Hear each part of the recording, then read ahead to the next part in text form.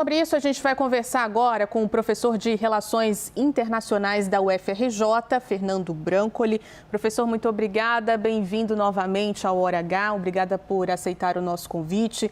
Queria já começar perguntando para o senhor sobre esses resultados. A gente tem uma pressão interna nos Estados Unidos, com eleição de meio de ano, pressão feita ao presidente americano e também pressão feita contra Benjamin Netanyahu. Qual é a avaliação do senhor sobre como os dois estão e podem sair dessa guerra?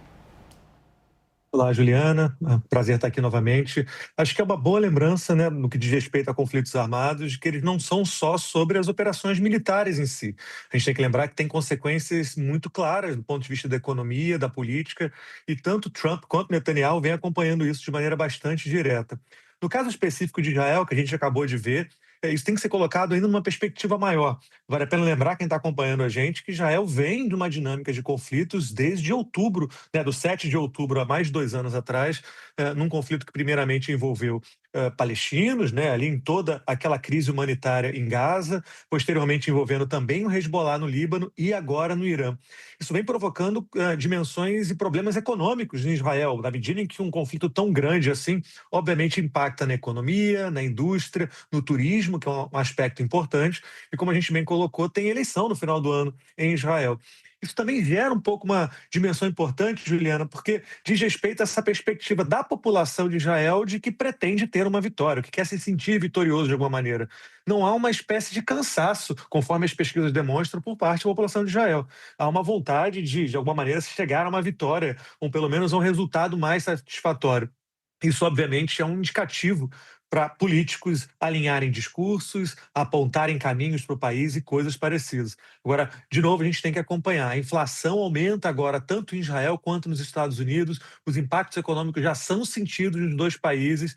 E aí, o cessar-fogo tem que ser enquadrado dentro dessa perspectiva, né? Não é só sobre questões militares, mas também no bolso de quem vai votar daqui a alguns meses, né? Exatamente. O senhor fala sobre discursos, né? A importância de observar esses discursos. Vamos falar um pouco sobre Donald Trump.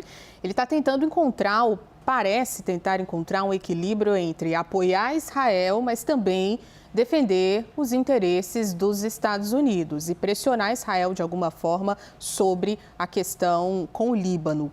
Tem como fazer isso? Tem como manter esse equilíbrio?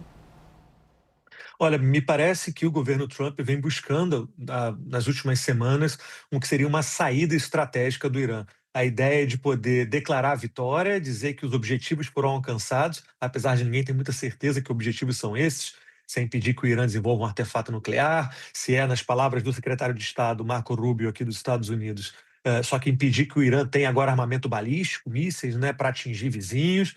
Mas então a ideia é, olha, a gente tem que declarar uma vitória e de alguma maneira não permanecer num conflito que parece que não tem data para acabar. Qual que é o grande ponto aqui?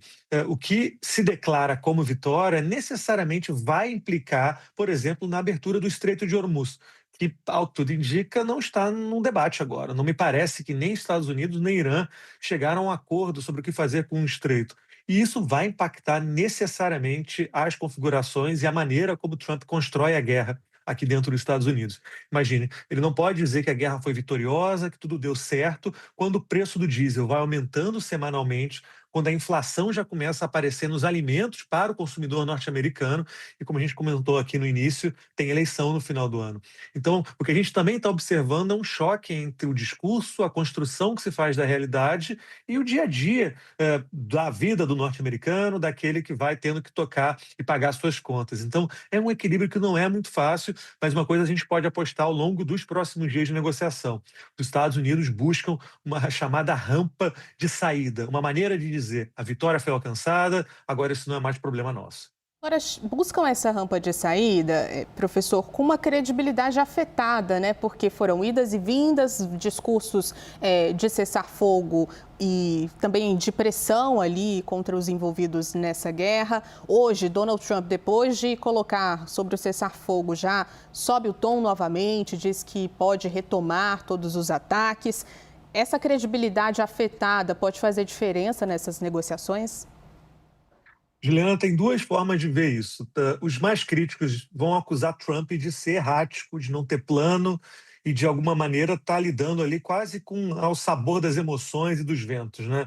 Ele, às vezes, diz que negocia com o Irã, depois ele promete que vai acabar com a civilização inteira da região, ele diz que tem um acordo de paz sendo negociado, depois ele volta atrás. Muitos vão dizer que isso é uma demonstração clara de uma certa incapacidade de conseguir lidar. Os apoiadores de Trump vão argumentar que não, que é o estilo deles de negociar, que ele coloca as questões lá nas alturas, que ele faz ameaças, que ele coloca as situações em estratos muito, muito grandes e quase grotescos em alguns momentos, para depois baixar um pouco a bola e estabelecer a negociação. A gente tem que ver qual que desses dois argumentos respondem mais à realidade, mas certamente nesse momento os iranianos têm poucas chances de acreditar totalmente no governo dos Estados Unidos.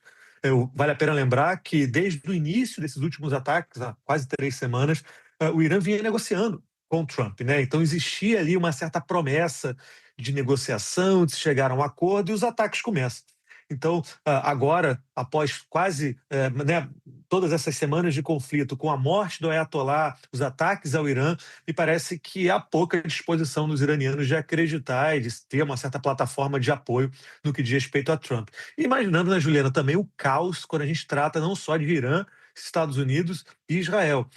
A França vem criticando fortemente Israel, a gente tem já o conflito transbordando para o Líbano, né, com os ataques israelenses ao Líbano, refinarias no Catar, nos Emirados Árabes sendo atacadas, então já é um conflito que também envolve muita gente, muitos atores, e aí, obviamente, não vão ser os Estados Unidos nesse momento que acabam tendo autoridade para conseguir negociar, né? Exatamente, muito mais amplo do que esperavam os próprios Estados Unidos. Nós conversamos com o professor Fernando Brancoli, professor de Relações Internacionais da UFRJ. Professor, muito obrigada, seja bem-vindo sempre, boa noite. Uma boa noite, Helena, até a próxima.